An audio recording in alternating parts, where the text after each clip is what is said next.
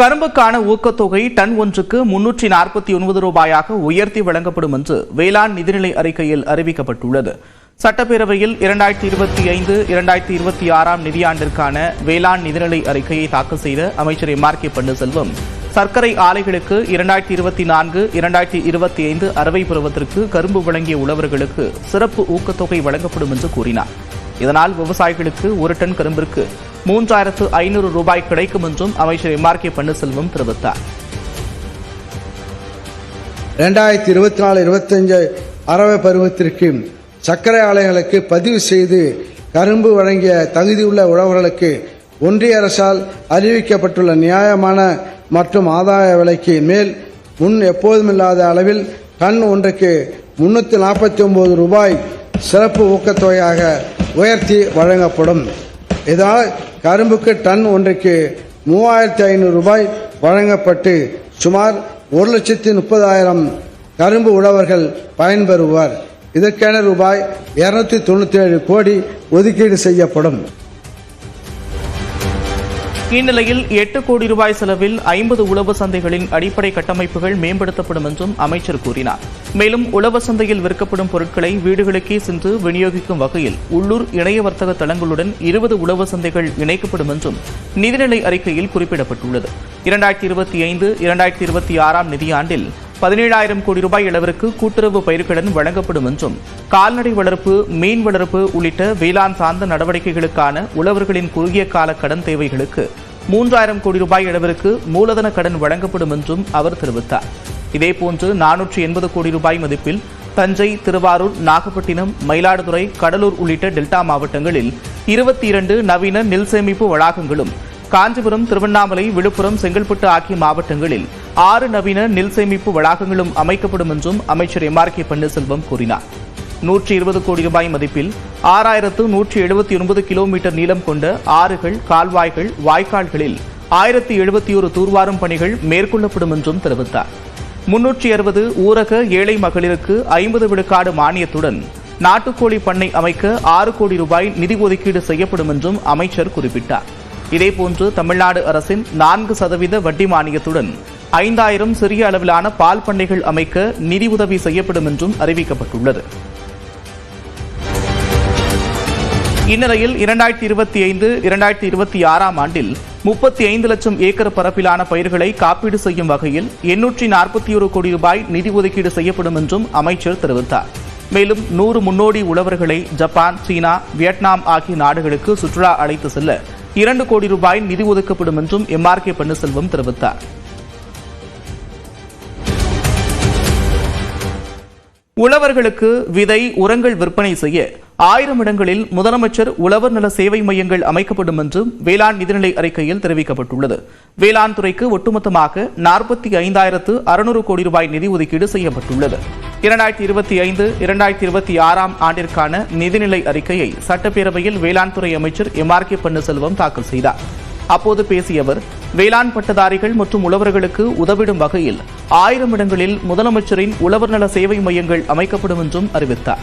இந்த திட்டத்தின் கீழ் 10 லட்சம் ரூபாய் முதல் 20 லட்சம் ரூபாய் வரை மதிப்பிலான இந்த மையங்களை அமைத்திட 30 விழுக்காடு மானியமாக வழங்கப்படும் என்றும் இதற்காக 42 கோடி ரூபாய் ஒதுக்கீடு செய்யப்படுவதாகவும் தெரிவித்தார்.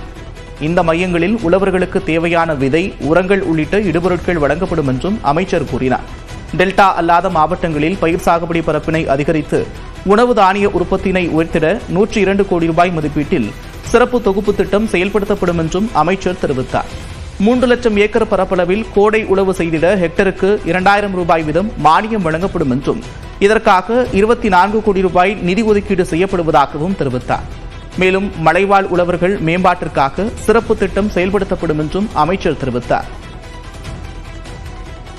2025-26 ஆண்டில் சுமார் 63,000 மலைவாழ் உழவர்கள் பயனடையும் வகையில் குறுதானிய சாகுபடி, இடுபொருட்கள் விநியோகம், காய்கறி பயிர்களில் பரப்பு விரிவாக்கம், வேளாண் இயந்திரங்கள் மதிப்பு கூட்டுதல், நுண்ணுயிர் பாசனம், ஒருங்கிணைந்த பண்ணையம் போன்றவற்றிற்கு மானியம் வழங்கிட ரூபாய் 22 கோடியே 80 லட்சம் ஒதுக்கீடு செய்யப்பட்டு மலைவாழ் உழவர் முன்னேற்ற திட்டம் செயல்படுத்தப்படும். மேலும் இப்பயனாளிகளுக்கு உழவர் கடன் அட்டை வழங்க நடவடிக்கை எடுக்கப்படும். இத்திட்டம் திருவண்ணாமலை, கோயம்புத்தூர், நீலகிரி, வேலூர், திருப்பத்தூர், சேலம், விழுப்புரம், கள்ளக்குறிச்சி, நாமக்கல், திருச்சிராப்பள்ளி, திண்டுக்கல், தேனி, திருநெல்வேலி, கன்னியாகுமரி, தென்காசி, விருதுநகர், கிருஷ்ணகிரி, தருமபுரி, ஈரோடு, திருப்பூர் ஆகிய 20 மாவட்டங்களில் செயல்படுத்தப்படும். முதலமைச்சரின் உழவர் பாதுகாப்பு திட்டத்தில் நிலமற்ற வேளாண் தொழிலாளர்களுக்கு வழங்கப்படும் இழப்பீடு மற்றும் நிதி உதவி உயர்த்தி வழங்கப்பட உள்ளது. அதன்படி விபத்து மரணத்திற்கான இழப்பீடு 1 லட்சம் ரூபாயிலிருந்து 2 லட்சம் ரூபாயாகவும், இயற்கை மரணத்திற்கான நிதி உதவி 20,000 1 லட்சம் ரூபாயாகவும் உயர்த்தப்பட்டுள்ளது. முதலமைச்சரின் மண்ணுயிர் காத்து மண்ணுயிர் காப்போம் திட்டம் 15 திட்டக்கூறுகளுடன் 142 கோடி ரூபாய் நிதி ஒதுக்கீட்டில் தொடர்ந்து செயல்படுத்தப்பட உள்ளது. மக்காச்சோள சாகுபடி மூலம் உழவர்களுக்கு அதிக வருமானம் கிடைக்க செய்திடும் வகையில் மக்காச்சோள உற்பத்தி மேம்பாட்டு திட்டம் 40 கோடியே 27 லட்சம் ரூபாயில் மத்திய மாநில நிதி ஒதுக்கீட்டில் செயல்படுத்தப்படும் என்றும், இதன் மூலம் 79,000 உழவர்கள் பயனடைவார்கள் என்றும் வேளாண் துறை அமைச்சர் தெரிவித்தார். வேளாண் துறைக்கு மொத்தம் 45,661 கோடி ரூபாய் நிதி ஒதுக்கீடு செய்யப்பட்டுள்ளது. கடந்த முறை 42,282 கோடி ரூபாய் ஒதுக்கப்பட்ட நிலையில் தற்போது 3,000 கோடி ரூபாய்க்கும் மேல் கூடுதலாக நிதி ஒதுக்கீடு செய்யப்பட்டுள்ளது.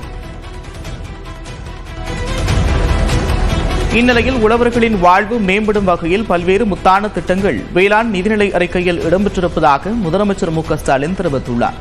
இது தொடர்பாக தனது எக்ஸ் பக்கத்தில் பதிவிட்டுள்ள அவர், வேளாண் தொழிலாளர்களுக்கு வழங்கப்படும் நலத்திட்ட உதவித்தொகை அதிகரிப்பு, சிறு குறு விவசாயிகள் நலன் உள்ளிட்ட அறிவிப்புகளை பட்டியலிட்டிருக்கிறார். இத்தகைய நிதிநிலை அறிக்கையை தாக்கல் செய்த வேளாண் மற்றும் உழவர் நலத்துறை அமைச்சர் MRK பன்னீர்செல்வம் மற்றும் அதிகாரிகளுக்கு முதலமைச்சர் மு க ஸ்டாலின் வாழ்த்து தெரிவித்துள்ளார். தமிழ்நாடு அரசின் வேளாண் நிதிநிலை அறிக்கை ஏமாற்றம் அளிப்பதாக எதிர்க்கட்சித் தலைவர் எடப்பாடி பழனிசாமி விமர்சித்துள்ளார்.